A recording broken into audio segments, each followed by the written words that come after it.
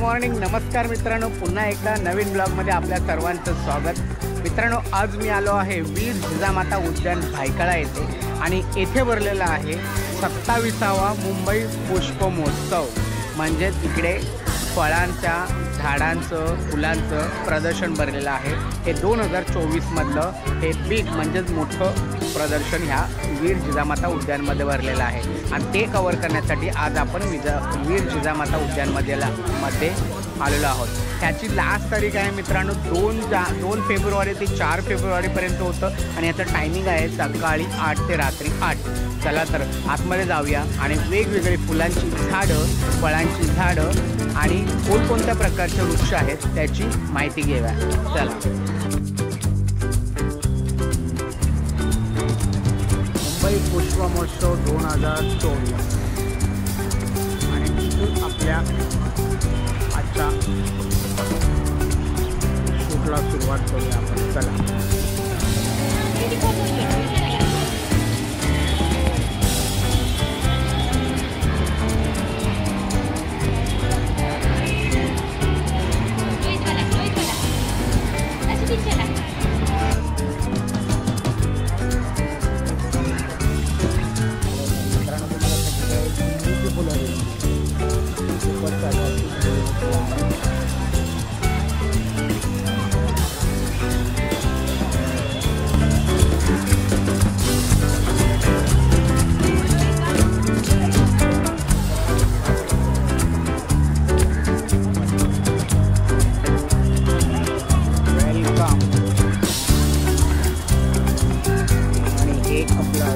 स्वागत आहे मित्रांनो।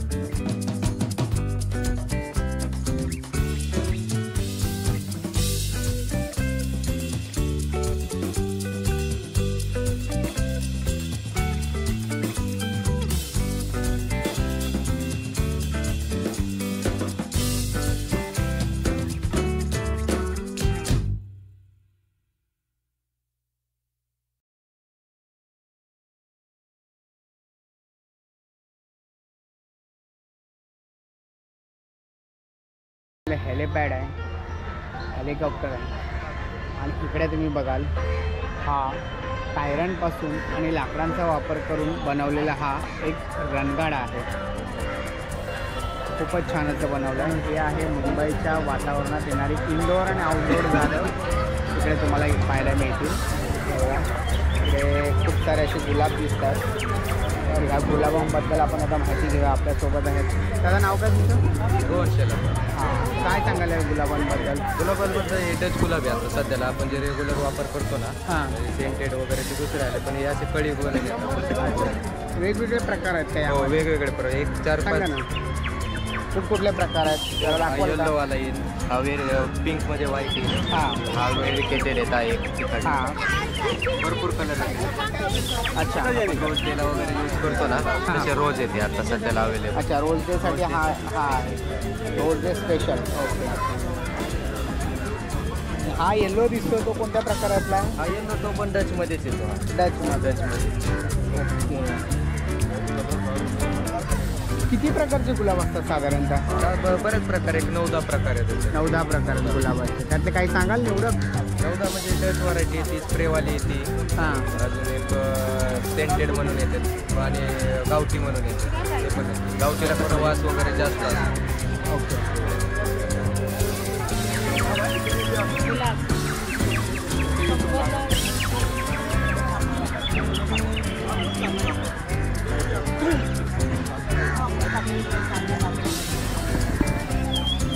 ओके.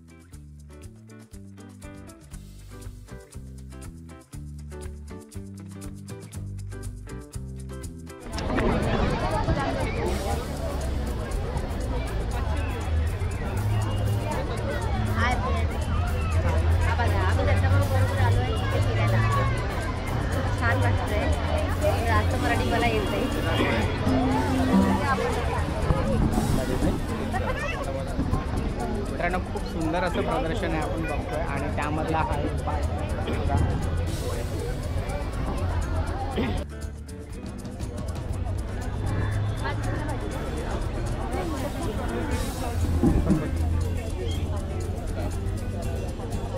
लेंडी खत आहे का मॅडम? काय आहे माहिती सांगाल का थोडीशी?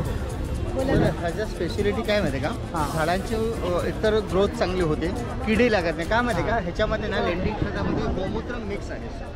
मिक्स असल्यामुळे किडींपासून नाही आणि ह्याला म्हणजे जास्त ना ग्रोथ मुळ्या वगैरे आहेत ना ते भरभक्कम येतात.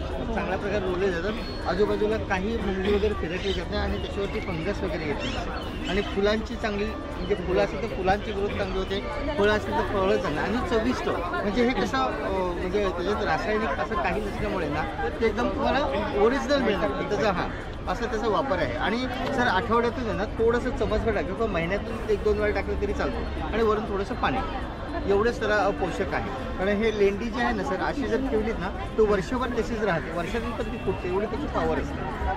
हां, तो स्पेशलिटी त्याचा वापर तसा आहे. म्हणून ही ॲक्च्युली सहसा जी मिळत नाही सर, अनेक ठिकाणी असं मिक्सिंग मिळतो ना, हे आपलं मिक्सिंग नाही. हां, त्याच्यामुळे तुम्हाला ओरिजिनलच वापरतो.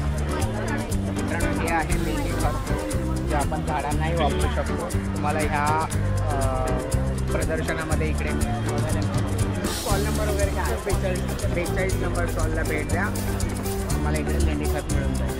चला.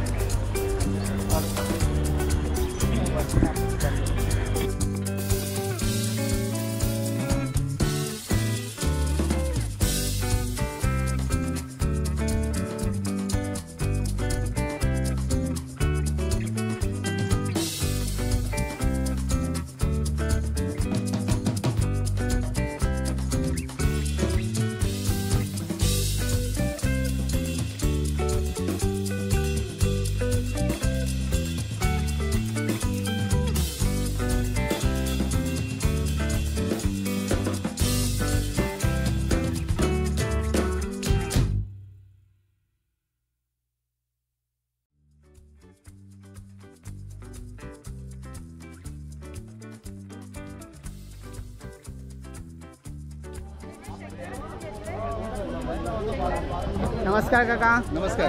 काय स्टॉल आहे तुमचं? बेसिकली आमची द मीडिएटर्स आहोत, आम्ही मध्यस्थ आहोत. हां. शेतकरी आणि ग्राहकांच्या मध्ये. शेतकरी आमचे स्पेशल शेतकरी आहेत, पद्मश्री सुभाष पाळेकरांच्या कृषी पद्धतीने करणारे शेतकरी जे विषमुक्त अन्न निर्माण करतात. हां. कुठल्याही प्रकारचे केमिकल फर्टिलायझर न टाकता, हां. कुठल्याही प्रकारचे केमिकल फर्टिलायझर किंवा पेस्टिसाईड फवारणी न करता देशी गाईचं शेण, गोमूत्र आणि वेगवेगळ्या पानांचे अर्क या आधारित ते शेती करतात. आणि त्यामुळे जे अन्न जे निर्माण होतं ते विषमुक्त आहे, न्यूट्रिशियस आहे आणि चविष्ट आहे. तर त्यामुळे मुंबईकरांना ते मिळतं. पण शेतकऱ्याला इकडे ते विशिष्ट पाठवणं शक्य होत नाही, म्हणून आम्ही त्यांच्यामधले मध्यस्थ आहोत. आम्ही तर मीडिएटर्स आहोत. सो या मॅडम आहे विद्या देसाई, गेली 7 वर्ष मुंबईतल्या ग्राहकांना गोष्टी पोहोचवतात. इकडे सगळ्या गोष्टी आपल्या ताटात आहेत त्या मिळतील. मॅडम काय आता काय बघायला मिळेल मॅडम इकडे आपल्याला विषमुक्त? आता इथे सगळं आम्ही ड्राय मटेरियल ठेवलेलं आहे. ओके. याच्यामध्ये शेंगदाणे आहेत, विविध प्रकारचे तांदूळ आहेत, आमच्या शेतात तयार केलेला तांदूळ आहे, ओके. हळद आहे, फळं आहेत. काल पूर्णपणे भाजीने आणि फळांनी भरलेलं होतं. फळं, डाळिंब आणि केळी शिल्लक आहे. चिकू संपला, सीताफळ संपली आणि पेरू संपला. पेरू अरे वा. 200-250 लोकांनी भरपूर. पेरू 200-250 रुपये 200-250 किलो होते, ते काल सगळे संपले. ओके ओके, नक्की. तुमचा स्टॉल नंबर किती आहे मॅडम? 32. नक्की स्टॉल नंबर 32ला भेट द्या. आपल्याला विषमुक्त फळं वगैरे इकडे मिळून जातील. तुमचं कार्ड घेतो. हे ओके. कुठलं आहे? दत्तात्रय लोखंडे म्हणून चॅनल आहे माझं. तर तुमचं नाव नंबर द्या ना. नाही, तुम्ही नाव नंबर देतो. सर 40 स्टॉल आहेत. एक हे माझं ॲडिशनल आहे. या प्रदेशात 40 स्टॉल आहेत, पण एकमेव स्टॉल आहे जो लोकांना खायला देतो. बाकी सगळे लोक बघायला देतात. अरे वा. लोक इथे येतात, जमलेलं थोडं खाऊन जातात. त्या बऱ्याच लोकांनी आणि खाल्ले की लोक विकत घेतात.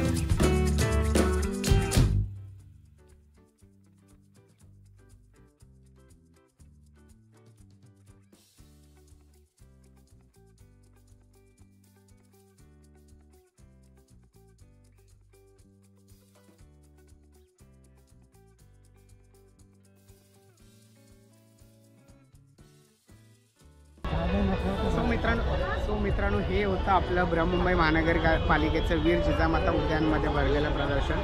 व्हिडिओ आवडला असेल व्हिडिओला लाईक शेअर आणि कमेंट करायला विसरू नका.